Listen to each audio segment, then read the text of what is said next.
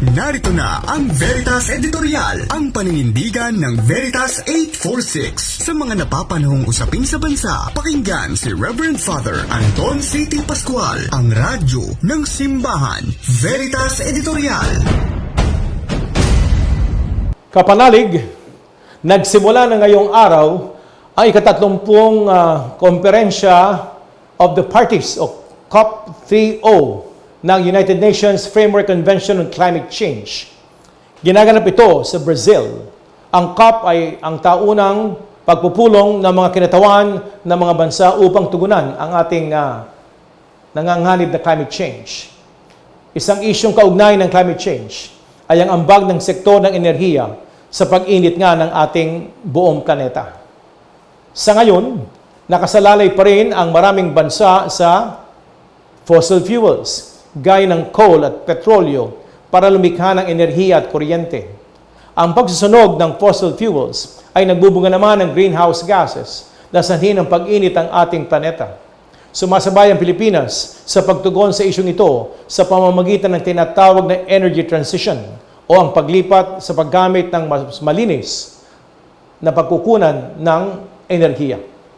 Pangalawa nga tayo sa mga bansang pinakamalaking producer ng nickel, isang mineral na mahalaga sa energy transition. Ginagamit ang nickel sa paggawa ng baterya ng electric vehicles at mga teknolohiyang renewable. Kailangan ng energy transition pero dapat maging makatarungan ito. Ito naman ang tinutukoy ng just energy transition. Kung makakapinsala sa mga komunidad o kalikasan ng energy transition, hindi ito masasabing just. Isa ang just energy transition sa mga pagsang tatalakayan sa COP30. Balikan natin ang industriya ng nickel.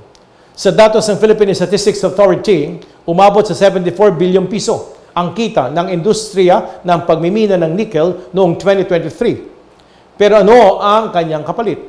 Ayon sa ulat ng Climate Rights International, dumaranas ng malubhang pinsala ang mga bayang pinagmiminahan ng nickel, katulad ng Surigao del Sur at katulad ng Dinagat Islands. Lubog ang mga ito sa baha. Ubos ang isda sa dagat.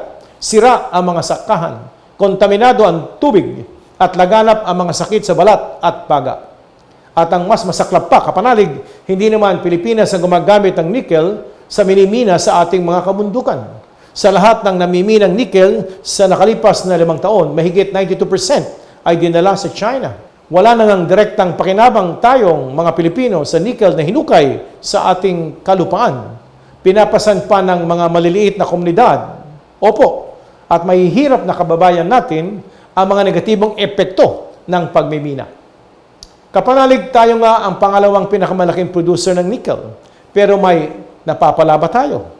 Paano natin masasabing papunta tayo sa just energy transition kung naisasakripisyo ang mga komunidad, ang mga kalikasan?